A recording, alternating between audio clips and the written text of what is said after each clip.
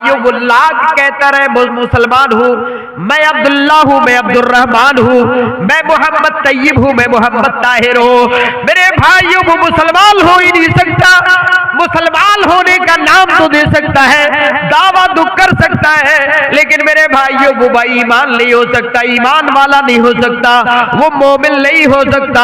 और जब तक कोई मुसलमान ईमान वाला ना हो, जब तक वो मोमिन बनकर के ना रहे, मेरे भाइयों वो जन्नत में जा नहीं सकता है। क्या फरमाया? अंतुमिना बिल्लाह व मलाइकतिही। ऐ सवाल करने वाले, तू सवाल कर रहा है कि ईमान क्या है? अल्लाह के नबी जनाब मुहम्मदुर रसूलुल्लाह सल्लल्लाहु अलैहि वसल्लम ने फरमाया, अंतुमिना बिल्लाह, तू अल्लाह पर ईमान ले आ।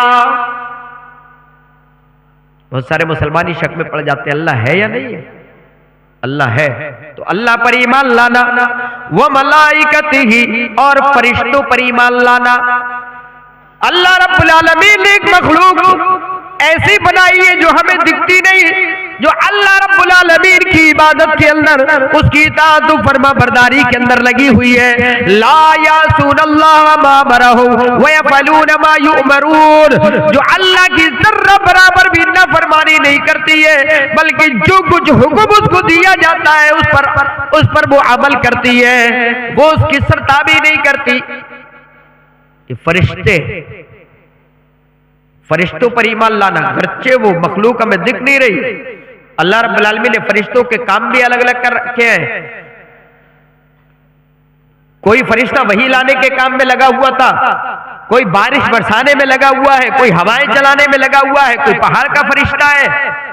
इस तरीके से फरिश्ते व कुतुबिही, अल्लाह की किताबों पर ईमान लाना। अल्लाह ने आसमान से जितनी भी किताबें नाजिल की हैं, उन तमाम किताबों पर ईमान लाना ये जरूरी है, गरचे हम उनके नाम नहीं जानते। तौरात, इंजील, जबूर, कुरान, ये 4 किताबें तो सबको मालूम है, ये नाम याद है, लेकिन कहीं सोहफे इब्राहिम कहा गया, कहीं सोहफे मूसा कहा गया है। ये तमाम जो किताबें हमारे नबी जनाब मुहम्मद रसूलुल्लाह सल्लल्लाहु अलैहि वसल्लम से पहले नाजिल हुई, तमाम पर ईमान लाना ये जरूरी है। कुतुबिही व रुसुलिही, और अल्लाह ने जितने भी रसूल नाजिल किए हैं, जितने भी रसूल भेजे हैं, तमाम रसूलों पर ईमान लाना ये जरूरी है। वल यौमिल आखिर, आखिरत के दिन पर ईमान लाना जरूरी है। ये मौज़ू इस्तिशाद है, ये मौजू के मुताबिक ये बात, ईमान के 6 अरकान हैं, उन 6 बातों पर अल्लाह पर ईमान रखना, उसके फरिश्तों पर ईमान रखना, उसकी किताबों पर ईमान रखना, उसके रसूलों पर ईमान रखना, और लास्ट वाला तकदीर पर ईमान लाना, और बीच में वल यौमिल आखिर, आखिरत के दिन पर ईमान लाना। मरना है और मरने के बाद आलम बरज़ख, कब्र का मामला शुरू होगा, और उसके बाद पूरी दुनिया जब खत्म हो जाएगी और दूसरी सूरत होगी जाएगी तो क़यामत का मंजर होगा। उसमें हिसाब व किताब देना है, उसमें पुलसिरात का मामला है, उसके अंदर नामे आमाल बांटे जाने का मामला है। इन तमाम चीजों पर ईमान भी रखना है, और इसके मुताबिक दुनिया के अंदर कुरान और हदीस ने, अल्लाह उसके रसूल जनाब मुहम्मद रसूलुल्लाह सल्लल्लाहु अलैहि वसल्लम ने जो रहनुमाई हमारी की है, उसके मुताबिक हमें अमल भी करना है। ये है आखिरत। आखिरत जो मरने के बाद जिंदगी शुरू होने वाली है, उसके लिए दुनियावी जिंदगी के अंदर तैयारी की फिक्र करना, यह है असल बात। आइए, आखिरत की मंजिलों में सबसे पहली मंजिल जो कब्र शुरू हो रही है, उससे पहले हमें मौत को याद रखना है। मौत सबको पता है, हर आदमी कहीं ना कहीं सोचता है मौत आने वाली है, हर आदमी फिक्र में कुछ ना कुछ रहता है कि मैं मर ना जाऊं, लेकिन किस लिए? ये दुनिया छूट जाएगी,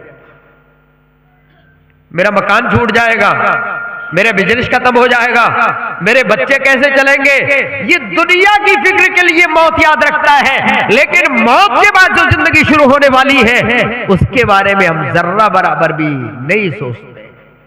मेरे भाइयों, आखिरत की तैयारी के लिए मौत को याद किया करो। हजरत अबू हुरैरा रजी अल्लाह ताला अन्हु हदीस के रावी है, फरमाते रसूल अकरम जनाब मुहम्मदुर रसूलुल्लाह सल्लल्लाहु अलैहि वसल्लम ने फरमाया, अक्सिरू ज़िक्र हाज़िमिल लज़्ज़ातिल मौता। ऐ लोगों, ख्वाहिशात को तोड़ देने वाली चीज, ख्वाहिशात को खत्म कर देने वाली चीज मौत को ज्यादा से ज्यादा याद किया करो। आज ख्वाहिशात को बढ़ाने के लिए मौत को ध्यान में रखते हैं। हमारी ये ख्वाहिश खत्म ना हो जाए, हमारा ये सामान खत्म ना हो जाए, हमारी जिंदगी कहीं नाकाम ना हो जाए, इसके लिए मौत को याद करते हैं। मेरे भाइयों, ख्वाहिशात को तोड़ देने वाली चीज यानी मौत को ज्यादा से ज्यादा याद किया करो। अल्लाह के नबी ने फरमाया, अक्सिरू जिक्र हाज़िमिल लज़्ज़ात। ऐ लोगों, तुम्हारी ख्वाहिशात को खत्म कर देने वाली, तमन्नाओं को तोड़ देने वाली चीज यानी मौत को ज्यादा से ज्यादा याद किया करो। मौत को ज़हन में रखना चाहिए। हमें मरना है और मरने के बाद सबसे पहला साबिका कब्र के अंदर हमारा फरिश्तों से होगा। उस कब्र के अंदर फरिश्तों का सामना करने के लिए, वहां जवाब देने के लिए हमें दुनियावी जिंदगी के अंदर तैयारी करनी है। उस मौत को याद करना है, मौत से पहले अमल करना है। मेरे भाइयों, कितने मुसलमान हैं जो मुसलमान रात को सोते हैं, फजर की अजान होती है, आंख खुल जाती है, लेकिन ख्वाहिश मेरी ये कहती है, शैतान मुझे सहला करके सुलाता है। मुअज्जिन मस्जिद के अंदर कह रहा है, सलातु खैरुम मिनल नौम।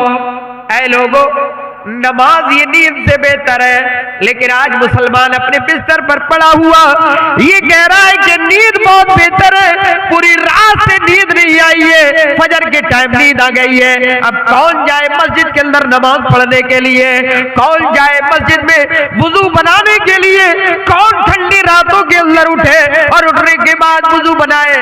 मेरे भाई, ये ख्वाहिश है और इस ख्वाहिश के तले दब करके हम अपने ओढ़ने और बिछौने को ऊपर करते हैं और सो जाते हैं। मेरे भाइयों, अगर मौत को सामने रखो और मरने के बाद कब्र के अंदर के हिसाबो किताब को सामने रख लो, ये सारी की सारी ख्वाहिशें खत्म हो जाएंगी, सारी तमन्नाएं खत्म करके मस्जिद के अंदर चले जाएंगे। इसलिए अल्लाह के नबी जनाब मुहम्मद रसूलुल्लाह सल्लल्लाहु अलैहि वसल्लम ने फरमाया, लोगों, अक्सिरू ज़िक्र हाज़िमिल लज़्ज़ात। ख्वाहिशात को तोड़ देने वाली मौत को ज्यादा से ज्यादा याद किया करो। मौत को ज्यादा से ज्यादा याद करें।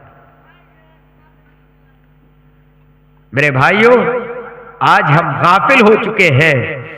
कोई मरता है तो दिल तड़प जाता है कि हो सकता है हमारा भी नंबर आ जाए, लेकिन हम मरने वाले को कब्र में उतार कर चले आते हैं और इसके बाद गाफिल हो जाते हैं। अल्लाह के नबी मौजूद है, एक